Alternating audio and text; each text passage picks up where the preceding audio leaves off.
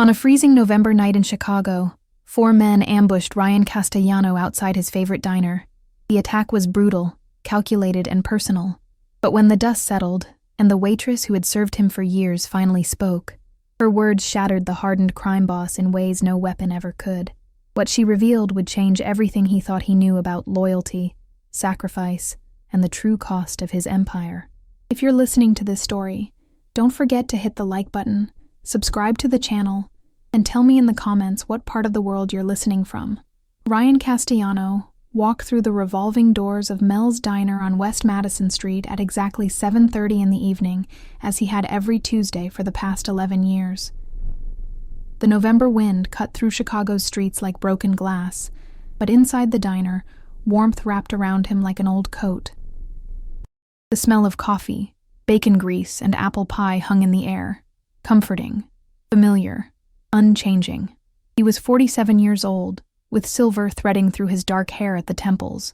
His charcoal suit was impeccable, tailored on Savile Row, and his shoes were polished to a mirror shine. To anyone watching, he looked like a successful businessman, perhaps a lawyer or a banker. His eyes, though, pale gray and calculating, told a different story. They were the eyes of a man who had built an empire on fear and respect, who controlled half the construction contracts in Cook County, and who had never forgotten a slight or a favor. The brass bell above the door chimed as he entered. Grace Murphy looked up from behind the counter, her tired face breaking into a genuine smile. She was in her early 60s, with silver hair pulled back in a practical bun and hands that never stopped moving.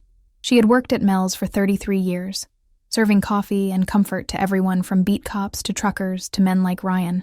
"Evening, Mr. C," she said, already reaching for the pot of decaf. "Your usual booth? You know it, Grace." His voice was smooth, with the faint trace of a Brooklyn accent he'd never quite shed. He slid into the corner booth, the one with a clear view of both entrances and the kitchen. Old habits. The red vinyl seat was cracked in places, held together with duct tape, but it felt like home in a way his penthouse on Lakeshore Drive never did. Grace brought him coffee without being asked, the cup rattling slightly against the saucer. Her hands were shaking more than usual tonight. "You all right?" Ryan asked, and the concern in his voice was real. In his world of calculated moves and strategic alliances, Grace was something rare, uncomplicated kindness. "Just tired," she said, but her eyes flickered toward the window. Long day. Outside, the first snow of the season had begun to fall, dusting the sidewalks and the cars parked along Madison. The streetlights cast orange pools on the wet pavement, and pedestrians hurried past with their collars turned up against the cold. Ryan had grown up 6 blocks from here, in a tenement that had been torn down in the 90s. His father had worked the docks until his back gave out, and his mother had cleaned offices downtown until the cancer took her. Ryan had been 14 when he made his first run for the Gallo family, delivering packages he knew better than to open. By 17, he was collecting debts. By 25, he was running his own crew. By 35, he had eliminated or absorbed every rival organization south of Roosevelt Road. He told himself it had all been necessary, that he had built something that mattered, that protected people, that gave opportunities to kids like he had been. He told himself this as he sipped his coffee and watched the snow fall, and mostly he believed it. Grace brought him the meatloaf special without asking. She knew his order by heart, knew he liked extra gravy and no peas.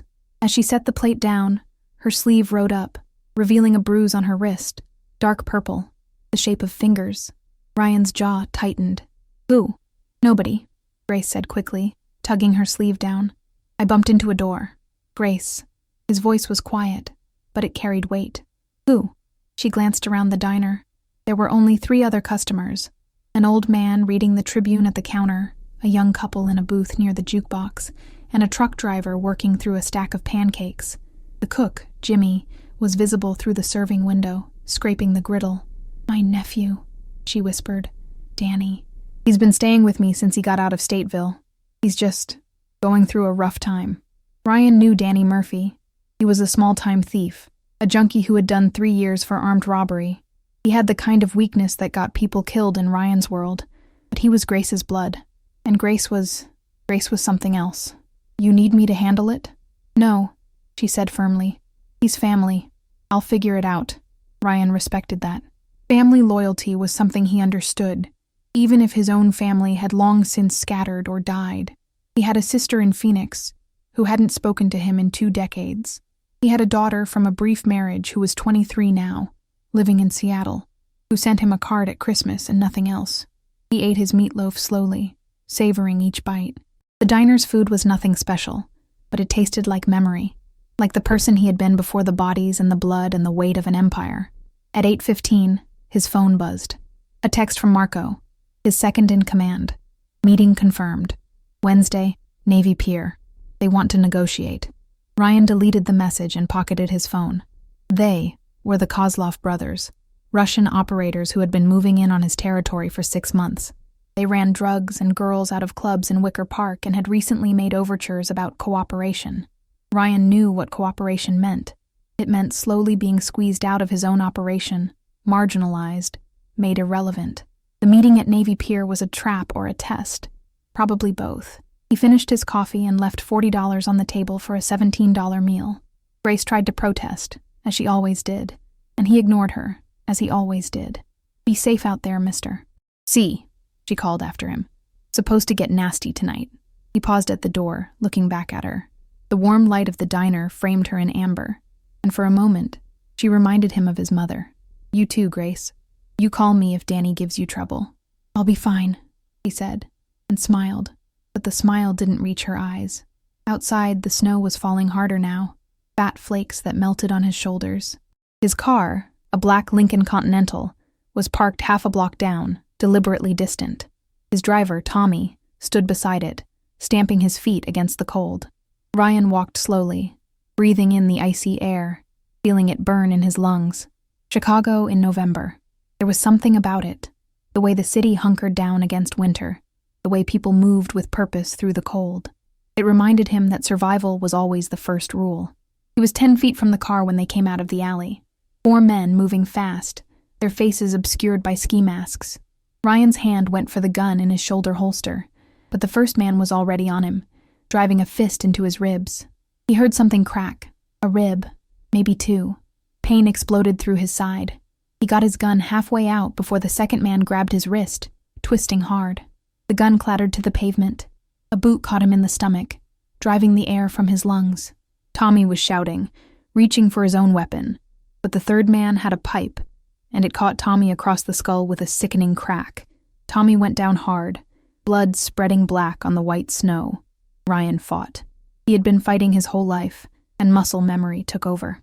He drove his elbow into someone's face, felt the satisfying crunch of cartilage, but there were too many of them, and they were young and fast and mean. They dragged him into the alley, away from the streetlights. Fists and boots rained down. He tasted blood, felt it running hot down his face. One of them had brass knuckles. He could tell from the way the blows landed, sharp and precise. Message from Kozlov, one of them hissed in his ear. He owns this city now. You're done. They left him there, crumpled against a dumpster, his beautiful suit torn and soaked with blood and melting snow. He heard their footsteps retreating, heard a car engine start and fade into the distance. For a long moment, he just lay there, breathing. Everything hurt. He tried to stand and his leg buckled, broken, or maybe just badly damaged. He could hear Tommy groaning weakly near the street. Then Grace was there, kneeling beside him in the dirty snow, her coat soaking through, her worn hands touching his face with desperate gentleness. Oh God, Mr. C. Oh God. Hold on. I'm calling for help. No hospitals. He managed through split lips.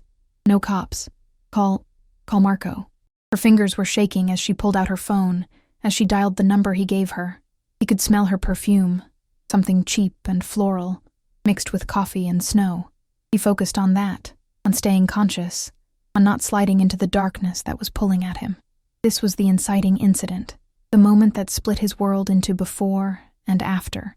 Lying in that alley, broken and bleeding, Ryan Castellano understood that everything had changed. The empire he had built, the respect he commanded, the fear that had kept him safe, all of it was slipping away, as cold and inevitable as the snow that continued to fall, covering everything in white. 3 days after the attack, Ryan sat in the study of his penthouse, watching the city lights blur and sharpen through the wall of windows. Lake Michigan stretched out black and endless to the east, dotted with the running lights of freighters. His left eye was still swollen shut, a spectacular purple-black. His ribs were taped, each breath a sharp reminder.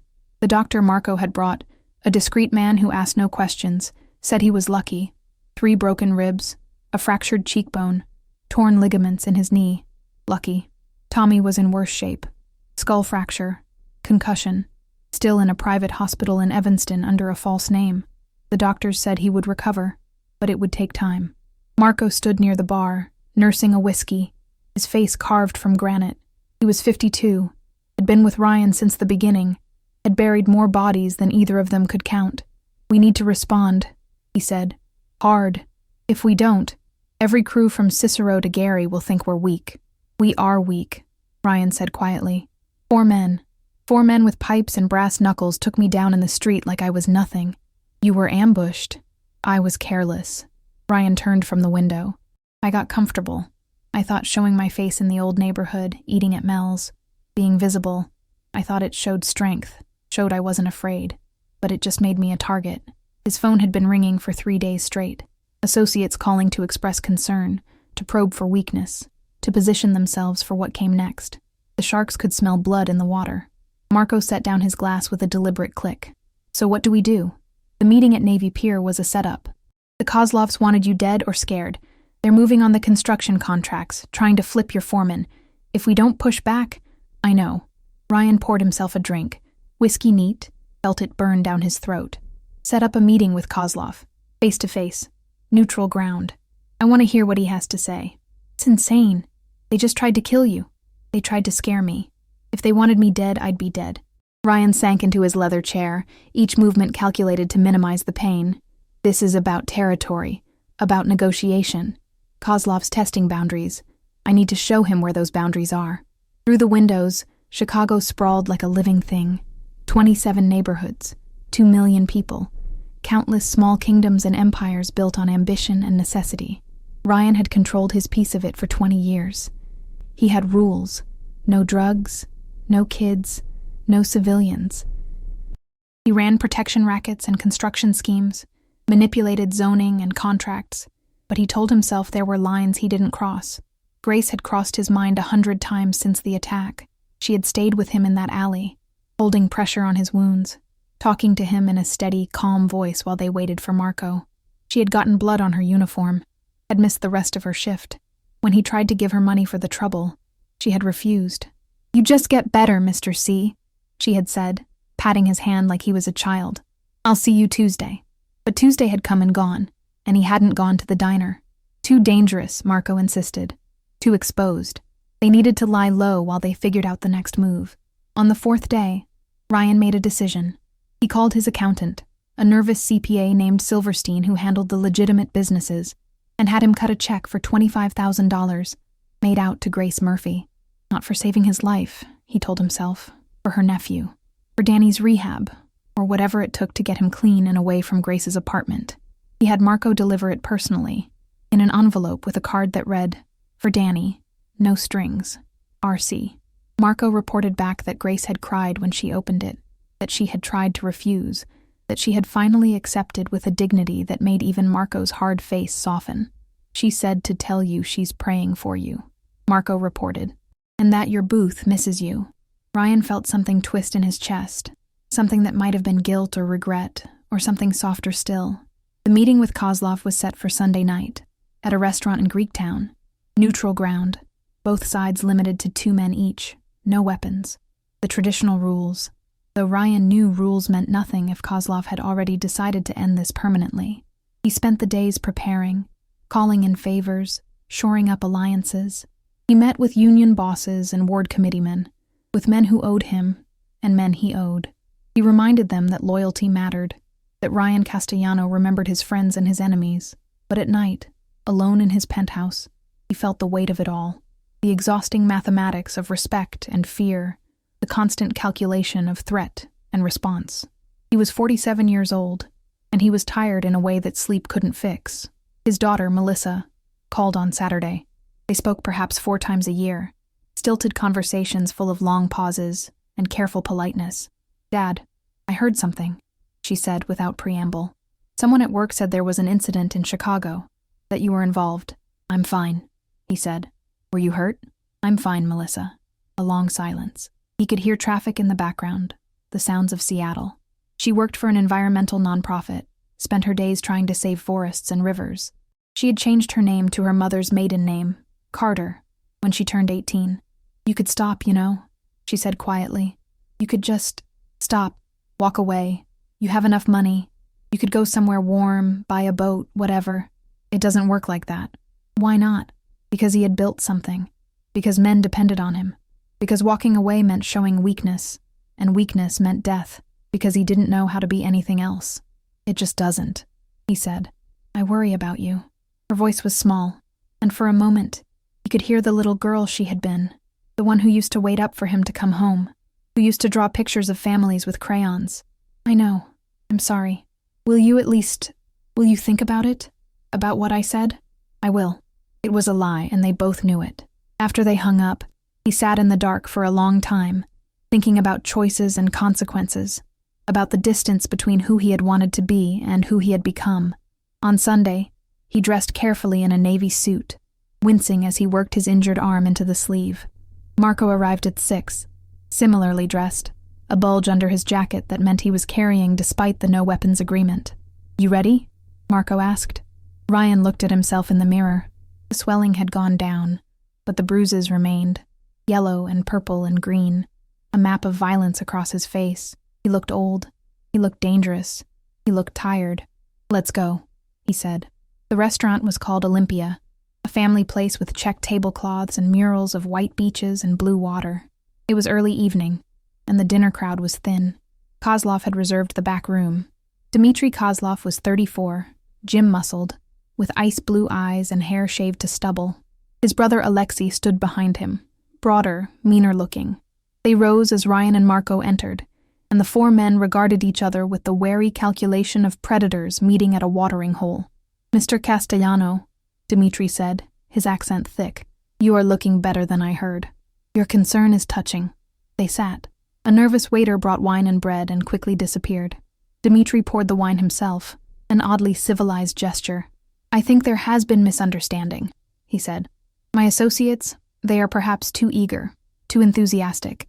The incident earlier this week, I did not order this, but you didn't stop it. I learned of it after. I was displeased. The men responsible have been disciplined. Dmitry's smile didn't reach his eyes. I prefer to do business like gentlemen, like civilized men. Ryan sipped his wine, letting the silence stretch. This was the dance, the negotiation. Kozlov was offering an out, a way to de-escalate, but there would be a price. What do you want? Ryan asked finally. Partnership. Your expertise, my resources. Chicago is big enough for both of us. Dmitry leaned forward. You have connections, yes, in City Hall and unions. I have capital, supply chains. Together, we could expand. Not just Illinois. Wisconsin, Indiana, Iowa, the whole region. I'm not interested in your supply chains. Ryan's voice was flat. I don't move drugs. I don't touch that. Old rules, Dmitry said with a dismissive wave. The world has changed, Mr. Castellano. There is much money to be made. We could both be very rich. I am rich, then richer, more powerful, more respected. Ryan set down his glass. The midpoint was here. He could feel it. The moment where the trajectory would shift irrevocably one way or the other. He thought of Grace's bruised wrist, of Danny Murphy and all the other Danny Murphys, of the lives destroyed by what Kozlov was offering. No, he said. I'm not interested. Kozlov's pleasant expression didn't change, but his eyes went cold. That is disappointing. I had hoped we could be friends. I have enough friends. Then perhaps we must be something else. Kozlov stood, his brother following suit. Think carefully, Mr. Castellano. Chicago is changing. You can change with it, or you can be buried by it. I give you 1 week to reconsider. After they left, Marco exhaled slowly. Well, that's it then. War. Yeah, Ryan said, staring at his wine. That's it. They drove back through streets slick with rain, past neighborhoods where Ryan's name still meant something, where his word was still law, but he could feel it slipping, could feel the future pressing in like the cold November wind. He had won a moral victory, had held his line, but it felt like losing. The war came slowly at first, then all at once. A warehouse fire in Bridgeport, that destroyed 3 months' worth of equipment. A foreman on a Streeterville high-rise who suddenly decided to retire, taking half his crew with him. Shipments delayed, permits mysteriously held up, union stewards who stopped returning calls. Kozlov was working systematically, applying pressure at every joint and seam of Ryan's operation. Nothing dramatic, nothing that could be definitively traced back, just the steady erosion of power, the quiet dismantling of an empire. Ryan fought back where he could. He called in favors, leaned on relationships built over decades. He found new suppliers, flipped 2 of Kozlov's lieutenants with promises of protection. He made it clear that loyalty would be rewarded and betrayal would be remembered. But it was exhausting. Each day brought new problems, new fires to extinguish. He was running on coffee and painkillers, sleeping 3 hours a night, his ribs a constant ache that he tried to ignore. It was Marco who suggested they go after Kozlov's supply chain directly, hit the clubs in Wicker Park, burn them out, send a message they can't ignore, Marco argued. Ryan was tempted. The old Ryan, the one who had built this empire with fists and fear, would have done it without hesitation, but something held him back. Civilians, he said. Kids go to those clubs. College students. We burn them. People die. They're not our people. They're somebody's people. Marco looked at him with something like concern. You're getting soft, Ryan. That's dangerous. Maybe he was. Or maybe he was just finally seeing clearly. 2 weeks after the meeting at Olympia, Ryan broke his own rules and went back to Mel's diner. It was Tuesday night, cold and clear, the city wrapped in that particular silence that comes with deep cold. He took a different car, a nondescript Honda Civic, drove himself, parked 3 blocks away, and approached on foot, checking every shadow and doorway. The diner glowed like a beacon. Through the windows he could see Grace moving between tables, coffee pot in hand, the same tired Grace she had shown for 33 years. He slid into his usual booth, and when she saw him, her face lit up with genuine joy. Mr. C. Oh, it's good to see you. She brought coffee without being asked, studying his face. You're looking better. Still beat up, but better. Thanks, Grace. He felt some tension leave his shoulders, felt something in him unclench. This place, this woman, they were real in a way nothing else in his life seemed to be. The usual, please. While she was in the kitchen, he looked around the diner. Same cracked vinyl booths, same black and white checkerboard floor, same faded photos on the walls of a Chicago that didn't exist anymore. Nothing had changed here. Everything had changed everywhere else. Grace brought his meatloaf, and this time she sat down across from him, something she had never done before. I need to thank you, she said, for what you did, for Danny. It was nothing. It was everything. Her eyes were bright with tears. He's in rehab now. Good place, up in Wisconsin. They called it a miracle, him getting a spot so fast. But I know you made calls. You made it happen. Grace, let me finish. She reached across the table and took his hand, her worn fingers wrapping around his. You're a good man, Mr. C. I know what people say about you. I know what you do, but I also know that you've got a good heart under all that armor. Ryan felt something crack inside him, some wall he had spent decades building. I'm not sure that's true. I am. She squeezed his hand once, then stood. Now you eat. You're too thin. The meatloaf tasted like redemption, like possibility. He ate slowly, savoring each bite. He was halfway through when his phone buzzed. A text from Marco. Problem. Call me. He stepped outside into the cold, his breath clouding white. What is it? They hit the pension fund, Marco said, his voice tight. Kozlov found a way in through Silverstein's system. They took 12 million. The whole thing. Ryan felt the world tilt. The pension fund was sacred. It was money he had set aside for his crews, for the men who had worked for him over the years, who had trusted him. Some of them had been paying in for 20 years, counting on that money for retirement. How? Silverstein's still figuring it out. Some kind of wire fraud, cryptocurrency conversion. He says it's probably gone, untraceable. Marco's anger was palpable even through the phone. This is it, Ryan. This is where we hit back. Hard. No more playing nice. Ryan closed his eyes, felt the cold seep into his bones. This was what Kozlov wanted, to push him into a corner, to force him into an open war that would bring down police attention and federal scrutiny on both of them. But the one who was already weakened, already bleeding, would fall first. Give me a day, Ryan said. I need to think. We don't have a day. Every hour we wait, we look weaker. One day, Marco. That's an order.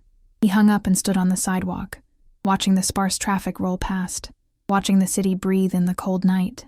20 years he had been running this operation. 20 years of building and protecting, of drawing lines and enforcing them. But what had it all been for? What was he protecting now? An idea of power that was already slipping away? The right to keep doing what he had always done? He thought of Melissa in Seattle, trying to save forests. He thought of Grace's bruised wrist, of Danny Murphy, and the thousands like him. He thought of the $12 million, the men who would lose their retirements, who would realize that even loyalty and 20 years of service meant nothing against someone meaner and hungrier. When he went back inside, Grace looked up from wiping down the counter. "Everything okay, Mr. C?" "No," he said honestly, "but it will be." He paid his bill, left his usual tip, and walked back to his car through streets that felt different somehow, charged with a strange electricity. He had the sense of standing at a threshold, of being on the edge of a transformation he couldn't quite see yet. At home, he poured a whiskey and stood at his windows, looking out at the city. Navy Pier's Ferris wheel turned slowly in the distance, each pod a tiny world of light. He thought about the lives contained in those lights, all those people with their small hopes and fears, most of them never knowing about the invisible wars that shaped their city. He made a decision then, standing in his dark penthouse, bruised and tired, and suddenly, strangely at peace. He would meet with Kozlov one more time, not to negotiate, not to threaten, to offer something unexpected, a way out for both of them, a door that led somewhere new. He didn't know if Kozlov would take it. Probably not, but he had to try. Because the alternative, more violence, more blood, more years of diminishing returns and escalating costs, that was a road he had walked long enough. He could see where it ended now, in an alley like the one where he had been beaten, or in a hospital bed, or in federal prison, or maybe, if he was very lucky and very smart, it ended in something else, something that looked like redemption. He texted Marco, "Set up another meeting with Kozlov, as soon as possible. Tell him I have a proposal." Marco's response came immediately. "You sure about this?" Ryan typed back, "No, do it anyway." Then he sat in the dark and waited for morning, feeling the city turn around him, feeling the future press close like a held breath. The meeting was set for Friday night. Same restaurant, same room, but this time Ryan came alone. Marco had argued vehemently against it, had threatened to quit, had finally subsided into sullen worry. "If they kill you, I'm going to be very angry," Marco said as Ryan climbed into the car. Noted. Ryan smiled despite himself. 20 years together, and Marco still found ways to surprise him. He drove himself again, taking a different route, checking mirrors obsessively. The city flowed past his windows, Pilsen's colorful murals giving way to the Loop's concrete canyons, then to Greektown's brick storefronts. It was 8 o'clock on a Friday, and Chicago was alive with weekend energy, people pouring out of offices, heading to restaurants and bars, living their ordinary lives. Dmitry Kozlov was waiting in the back room, and he was alone too. That was something. A sign of respect, or curiosity, or perhaps just arrogance. He rose when Ryan entered, his expression guarded. "Mr. Castellano, I admit, I am surprised by this meeting. I thought perhaps you would send an army instead. I'm done with armies." Ryan sat down heavily. The drive had aggravated his ribs, and each breath was painful. "I have a proposition for you. I am listening. I'm getting out." The words came easier than Ryan expected. "Out of Chicago, out of the business. I'm going to liquidate my legitimate holdings, pay out what I owe to my people and walk away. Your operation, my territory, it's yours." Kozlov's eyes narrowed. "This is a trick." "No trick. I'm done." Ryan poured himself water from the carafe on the table, his hand surprisingly steady. "The pension fund you hit. I'll make those people whole from my personal accounts. The contracts, the protection arrangements, all of it. I'll introduce you to the key players, smooth the transition. 6 months, and it will be like I was never here." "Why?" Kozlov leaned forward, studying Ryan's face. "Why would you do this? You are not a man who surrenders." "I'm not surrendering. I'm choosing." Ryan met his eyes. "You were right when you said the world has changed, but I can't change with it. Not the way you want. I don't want to move drugs. I don't want to expand into territories I don't know. I don't want to spend the next 10 years fighting off younger, hungrier operators like you. I'm tired, Dmitry. I'm just tired." Silence filled the room. Somewhere in the restaurant, glasses clinked and someone laughed. Normal life, going on all around them. "And if I say no?" Kozlov asked finally. "If I say I would rather destroy you completely, take everything, leave you with nothing, then you do. But you'll spend a year fighting for it, bleeding resources, drawing federal attention. The FBI already has task forces looking at Russian operations in the Midwest. You make this a war. You make yourself a target." Ryan shrugged, wincing at the pain. "Or you take what I'm offering. Clean transition, no blood, no publicity. You get what you wanted, I get to walk away. Everybody wins." Kozlov sat back, his fingers drumming on the table. "You would really do this? Just walk away from everything you built?" "What I built is already gone," Ryan said quietly. "I just didn't want to admit it." They talked for another hour, working through details, timelines, the mechanics of power transfer. Kozlov was sharp, asking pointed questions, probing for weaknesses or traps. But gradually, Ryan could see him coming around, seeing the logic of it. Finally, Kozlov extended his hand. "1 month," he said. "You have 1 month to make the introductions, to smooth things over. Then you disappear. If I see you in Chicago after that, if I hear you are working with any of your old associates, you won't." Ryan shook his hand, felt the strength in the younger man's grip.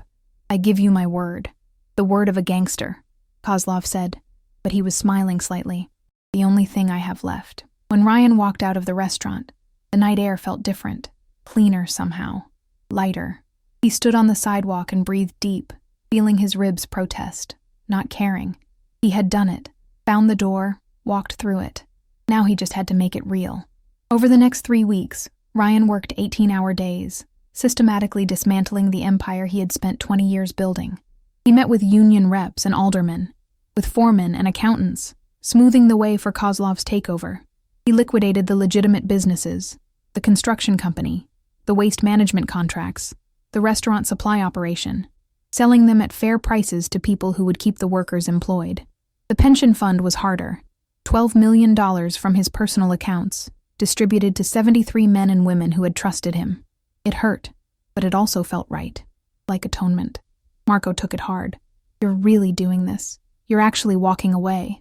Come with me," Ryan said. They were in the penthouse office, surrounded by boxes of records being prepared for shredding. "You've got enough saved. We could go somewhere warm, open a restaurant, a bar, live like normal people." Marco laughed bitterly. "Normal people. We don't even know how to do that." But his eyes were thoughtful.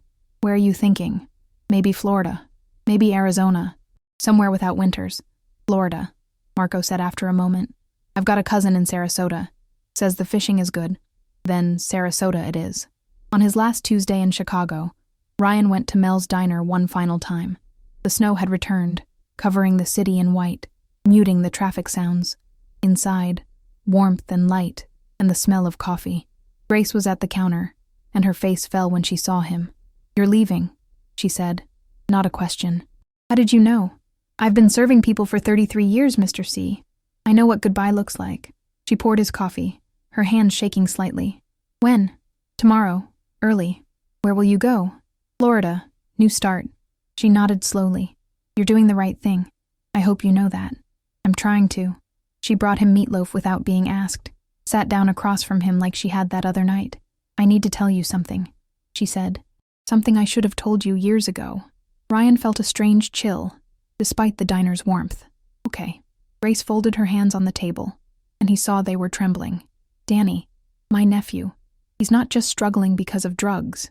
He's struggling because he blames himself for something that happened a long time ago. Grace, please, let me say this." She took a shaky breath. 15 years ago, Danny was driving drunk. He hit another car, ran a red light on Western Avenue. The other driver died. A young man, 23 years old, just graduated college. Ryan's blood went cold. "Grace, why are you telling me this?" "Because the young man's name was Michael Carter.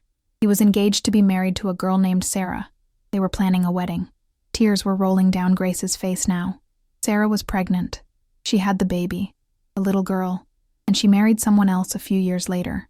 But she never forgave Danny, never forgave us. The diner seemed to tilt around Ryan. "What was the girl's name?" "The baby?" "Melissa," Grace whispered. "Sarah's married name was Carter, and that's what she put on the birth certificate. Michael's last name, so the baby would have her father's name. Ryan couldn't breathe. His daughter, his beautiful, distant daughter who had changed her name, who he thought had chosen her mother's maiden name out of shame. But it wasn't her mother's name. It was her father's name, her real father's name. I'm saying the man Danny killed was Melissa's father, your daughter's father. Grace was crying openly now. I didn't know at first. I didn't connect it until years later, when you mentioned your daughter, when you said her name and where she lived. I did research, found old newspaper articles about the accident, and I knew. The world was ending. Everything Ryan thought he knew was cracking apart. Why didn't you tell me? His voice sounded distant, strange. What would I say? That my nephew killed the man who should have been your son-in-law? That he destroyed your daughter's life before it even began? Grace reached across the table, took his hands in hers. I'm so sorry, Mr. C. I'm so sorry. I've been carrying this for so long, and it's been eating me alive. Ryan stood abruptly, the chair scraping loud against the floor. Other diners were looking, but he didn't care. He felt like he was drowning, like the floor was giving way beneath him. Grace stood too, her face desperate. Please, I know I should have told you. I was afraid. Afraid you would hurt Danny, afraid you would hate me. But when you gave that money for his rehab, when you helped him, I realized you're not who I was afraid of. You're better than that. Danny, Ryan said slowly. Danny Murphy killed my daughter's father. Yes. And you knew. All these years you knew. And you served me coffee and smiled and watched you, Grace said, her voice breaking. Watched you come in every Tuesday, this powerful, feared man, and saw the sadness in your eyes when you talked about your daughter. Saw how much you loved her, how much you wished things were different. And I wanted to tell you, wanted to explain why she was so distant, why she never forgave you for being what you are, because she associated your world with death, with losing her father before she ever knew him. Ryan sank back into the booth, his legs giving out. His ribs were screaming, but it was nothing compared to the pain in his chest. Grace sat beside him, not across, and put her arm around his shoulders like a mother might. I'm telling you now because you're leaving, because you're trying to become something new, and I hope, that maybe this is why. Maybe this is what you needed to know, that there are real costs to the life you lived, real people hurt. He was 23, Ryan said, and his voice cracked. The same age I was when I killed my first man. I know. They sat there in the bright diner, surrounded by the ordinary sounds of people eating and talking, and Ryan cried for the first time in 30 years. For Michael Carter, who never got to meet his daughter. For Melissa, who grew up without a father and with a stepfather she kept at arm's length. For Grace, carrying this terrible knowledge for a decade. For Danny, destroyed by guilt and trying to numb it with drugs. For all the decisions and consequences that rippled out through lives like stones thrown in water. When he could finally speak, his voice was rough. Is Danny still in rehab? Yes. He's doing better. The counselors say he's making progress. Good. Ryan wiped his eyes, trying to pull himself together. Tell him I know. Tell him I forgive him. And tell him to forgive himself if he can. Grace sobbed once, pulling him close. Thank you. Oh, thank you. Ryan left Mel's diner for the last time just before midnight. The snow was still falling, and the city was quiet, holding its breath. He drove slowly through neighborhoods he had known all his life, saying goodbye to streets and corners where he had built his empire. At home, he packed the last of his things. In the morning, Marco would drive him to the airport. Florida waited, unknown and terrifying and full of possibility. But first, he had one more thing to do.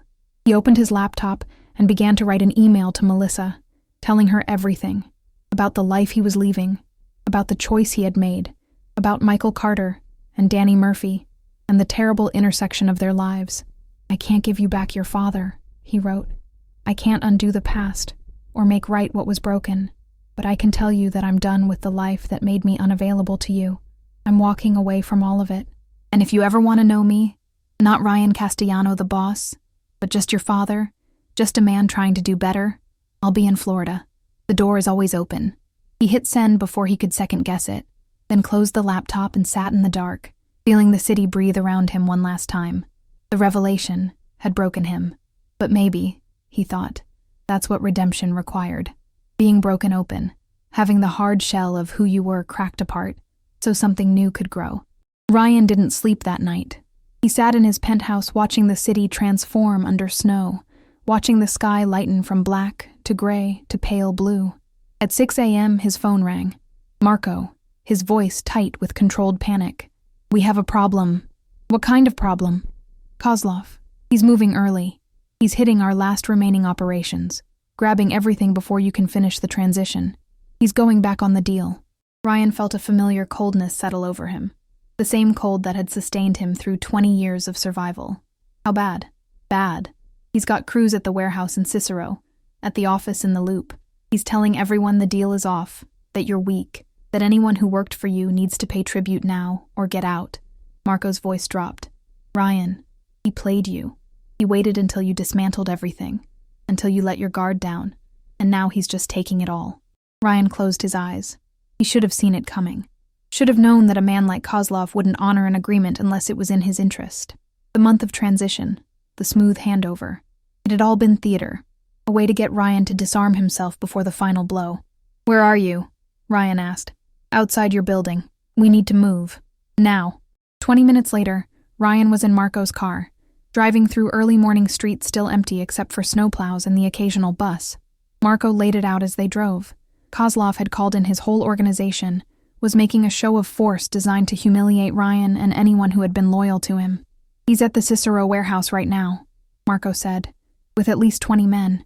He's going through your files, taking the last of the equipment, making sure everyone knows he won. And our people? Scattered, scared, waiting to see what you'll do." Marco glanced at him. "What are you going to do?" Ryan watched the snow-covered city roll past. This morning he was supposed to be on a plane to Florida, starting over, becoming someone new. But the old world wasn't done with him yet. "We're going to the warehouse," he said. "That's suicide. 20 against 2? We're not going to fight. We're going to talk." Marco made a sound that might have been a laugh or a curse. "You're really committed to this peaceful thing, aren't you?" "I'm committed to not dying in a warehouse in Cicero." Ryan checked his phone. Still no response from Melissa. Maybe there never would be. "But I'm also done running." The warehouse was a low cinder-block building near the Stevenson Expressway, surrounded by a chain-link fence. Half a dozen black SUVs were parked outside, and Ryan could see men moving around inside through the high windows. Marco parked a block away. Last chance to reconsider. "I'm good."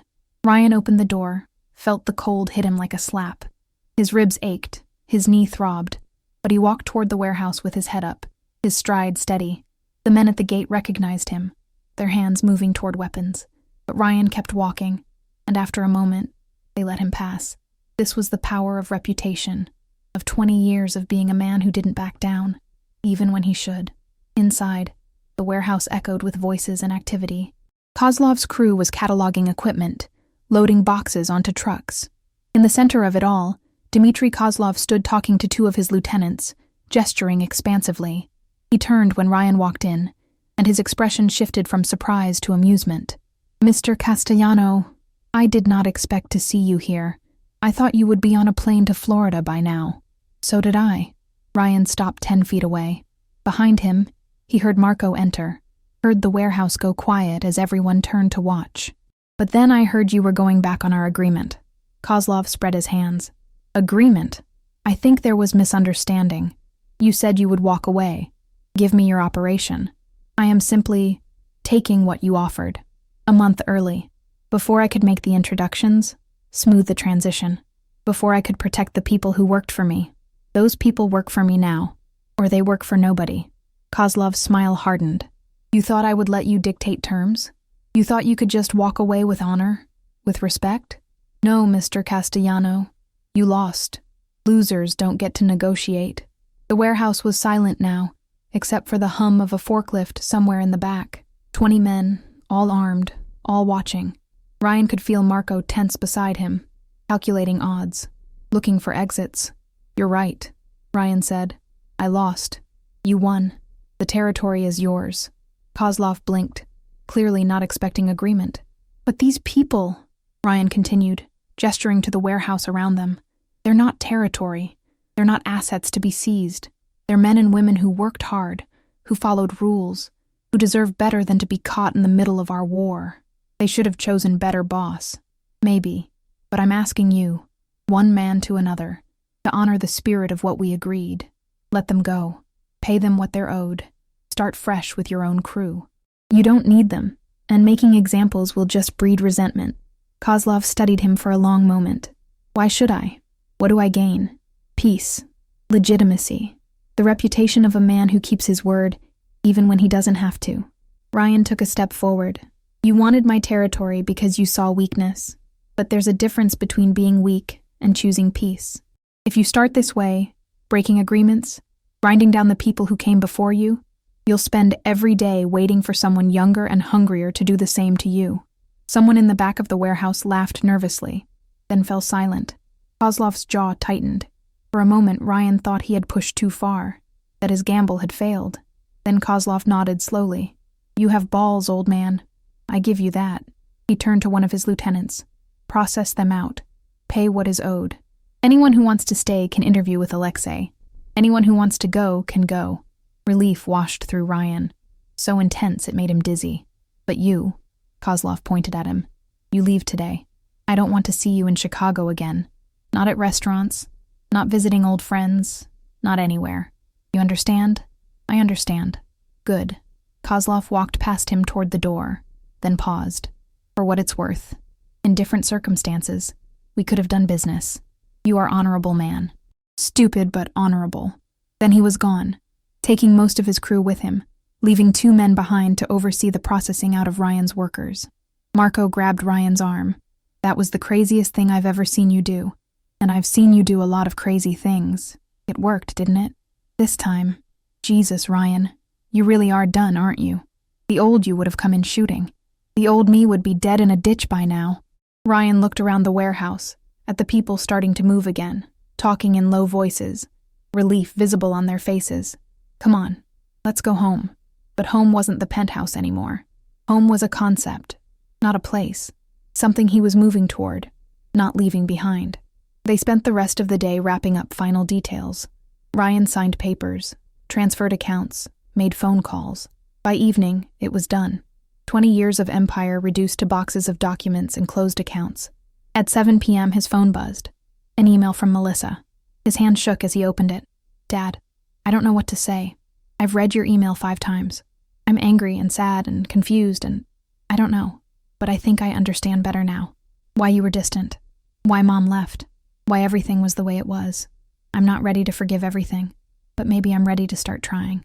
There's a coffee shop in Sarasota near the beach, if you end up there. Cedar and Sage. Maybe we could meet. Not as Mafia boss and estranged daughter, just as 2 people trying to figure out what comes next. M. Ryan read it 3 times, tears blurring his vision. It wasn't reconciliation, but it was a door opening, a possibility of something better. He texted Marco, We're definitely going to Sarasota. That night, his last night in Chicago, Ryan walked through the city one final time. Down Michigan Avenue with its bright shop windows, across the river where the buildings reflected in dark water, through Millennium Park, where the bean sculpture gleamed under streetlights. He walked to Mel's diner, but didn't go in. Just stood outside in the cold, watching Grace move through the warm light, serving coffee and comfort to strangers. She looked up once, saw him through the window, and raised her hand in farewell. He raised his in return. Then he walked back to his penthouse and waited for morning. The plane lifted off from O'Hare at 10 a.m., banking east over Lake Michigan before turning south. Ryan watched Chicago disappear beneath clouds and felt something release in his chest. 20 years of weight, falling away. Marco sat beside him, already asleep, snoring softly. They landed in Sarasota 3 hours later, stepping out into humidity and sunshine that felt alien after Chicago's winter. The airport was small, bright, full of retirees in pastel colors. They rented a car, drove west toward the Gulf. Marco had his cousin set them up in a 2-bedroom condo near Siesta Key. Nothing fancy but clean and bright, with a view of the water. That first night, they sat on the balcony drinking beer, watching the sunset over the Gulf of Mexico in a riot of orange and purple. You think this will work? Marco asked. Us being normal people? I have no idea, Ryan admitted. But it has to be better than waiting to die in Chicago. They fell into a routine. Mornings, they would walk the beach, watching pelicans dive for fish and tourists hunt for shells. Afternoons, they explored the city, learning the neighborhoods, finding grocery stores and restaurants and the small rhythms of civilian life. Evenings, they would cook dinner together or grill on the balcony, talking about everything except the past. Ryan's body began to heal. His ribs knitted back together. His knee strengthened. The bruises faded from purple to yellow to nothing. He started looking like a normal middle-aged man instead of someone recovering from a beating. He was terrified. Without the empire, without the constant calculation of threat and response, he didn't know who he was. He would wake in the night, heart pounding, reaching for a gun that wasn't there, listening for threats that didn't exist. The silence of safety was harder to navigate than the noise of war. But slowly, incrementally, he learned. He learned to shop for groceries without checking exit points. He learned to talk to neighbors without evaluating their potential as assets or threats. He learned to sit on the beach and just watch the waves, not for strategic advantage, but because the water was beautiful and the sun was warm. 3 weeks after arriving, he texted Melissa, "I'm here, Sarasota. If you want to meet, I'm ready. No pressure." "Dad," she responded 2 days later. "Next Saturday? Cedar and Sage at 2 p.m.? I'll be there." The days until Saturday crawled past. Ryan changed his outfit 5 times that morning, finally settling on khaki pants and a blue button-down shirt, the uniform of Florida retirees. He drove to the coffee shop alone, arriving 15 minutes early. Cedar and Sage was bright and airy, with exposed brick and plants hanging from the ceiling. Young people worked on laptops. Older couples read newspapers. The smell of espresso and baked goods made Ryan's stomach clench with nerves. He ordered a black coffee and sat at a table near the window, watching the street. At 2:03, Melissa walked in. She was 23, tall and dark-haired like her mother, but with Ryan's gray eyes. She wore jeans and a Seattle Sounders t-shirt, carried a canvas bag over her shoulder. She saw him immediately, hesitated for just a moment, then walked over. "Hi," she said. "Hi." Ryan stood awkwardly, not sure if he should hug her. They settled on an uncomfortable handshake. "You want coffee? Food? I'll get it." She went to the counter, ordered something complicated involving oat milk and caramel, came back. They sat across from each other, separated by a small table that might as well have been a canyon. "You look different," she said finally, "without the bruises. Better or worse? Different. Smaller, maybe. Less intimidating." She sipped her drink. "I wasn't sure I'd come." "I'm glad you did." Silence stretched between them. Outside, people walked past in the sunshine, living their ordinary lives. Inside, father and daughter tried to figure out how to talk to each other. "I'm angry," Melissa said suddenly. "I've been angry at you my whole life, for what you are, for what you do, for choosing that life over me and Mom. I know, but I'm also—" She paused, searching for words. "I'm also relieved that you're out, that you're here, that you're trying." "I'm sorry," Ryan said, "for all of it, for not being there, for being someone you had to be ashamed of, for—" His voice broke. "For not being Michael Carter." Melissa's eyes widened. "You know about him?" "I know everything," Grace told me, right before I left Chicago. "Grace Murphy? The woman from the diner?" At Ryan's nod, she sat back, stunned. I had no idea she knew. Mom never talked about it. I only found out when I was 16, found the newspaper clippings she had kept. Danny Murphy, the man who was driving, he's Grace's nephew. She's carried that guilt for years. God. Melissa pressed her hands to her face. This whole thing is so tangled up. So many people hurt by one terrible moment. That's what I'm learning. Ryan reached across the table tentatively, and after a moment, Melissa took his hand. That choices have consequences, that the life I chose hurt so many people, in ways I never even saw. But I'm done with it now. I'm here, and if you'll let me, I'd like to try to be your father. Not the kind I was, but the kind I should have been. Tears were running down Melissa's face. I don't know if I can forgive you. Not yet. Maybe not ever. I understand. But I'd like to try. To get to know you. To see if there's something there worth building. That's all I can ask. They talked for 2 hours, the conversation gradually becoming easier. Melissa told him about her work, about saving watersheds and fighting development. Ryan told her about Marco, about learning to be normal, about how terrifying peace was after 20 years of war. When they finally left the coffee shop, the sun was lowering toward the Gulf, painting the sky in shades of gold and rose. They stood on the sidewalk, and this time when they hugged, it felt less awkward, more real. "Can we do this again?" Melissa asked. "Next week, maybe?" "Anytime. I'm not going anywhere." He watched her drive away. then walked back to his car. His phone buzzed. A text from Marco. "How did it go?" "Good," Ryan typed back. "Really good." Over the next months, they met regularly. Sometimes at Cedar and Sage, sometimes on the beach, once at the condo where Marco cooked his famous marinara and told embarrassing stories about Ryan that made Melissa laugh until she cried. It wasn't perfect. There were still awkward moments, still anger that surfaced unexpectedly, still a distance between them that might never fully close. But it was real. It was something. Ryan found work as a consultant for a construction company, helping them navigate union negotiations and permits.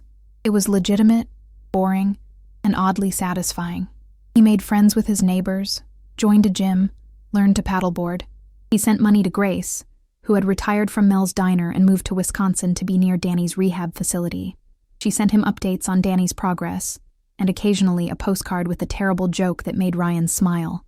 On a warm evening in March, 6 months after leaving Chicago, Ryan sat on his balcony with Marco, watching the sun set over the Gulf. The sky was streaked with pink and orange, and pelicans flew in formation along the shore.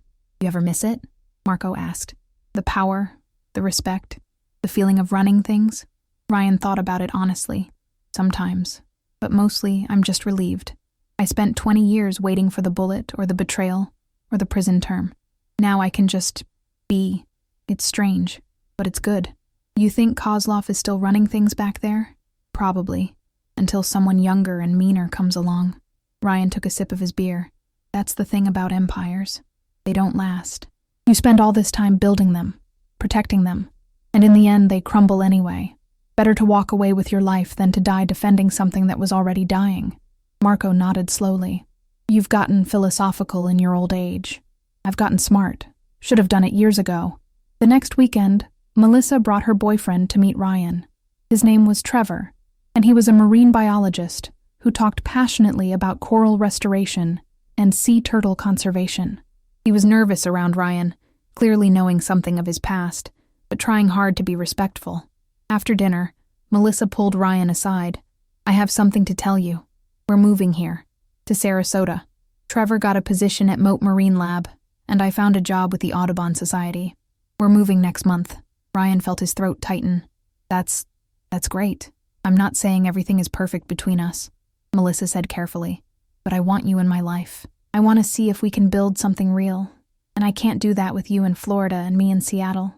Ryan hugged his daughter, and this time, there was no awkwardness, no distance, just love and hope and the possibility of better days.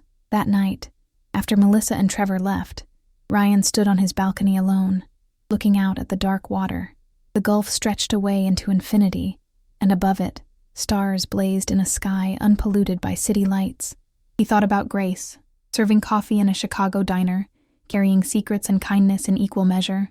He thought about Danny Murphy, fighting his demons in a Wisconsin rehab center.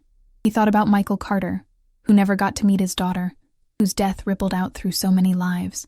He thought about choices and consequences, about the weight of the past and the possibility of redemption. The recurring motif of his life, the cold, the calculation, the constant vigilance, had transformed. The cold of Chicago winters had become the warmth of Florida sunshine. The calculation of threat had become the consideration of how to be better. The vigilance had become simple awareness of the precious, fragile present. He was 48 years old.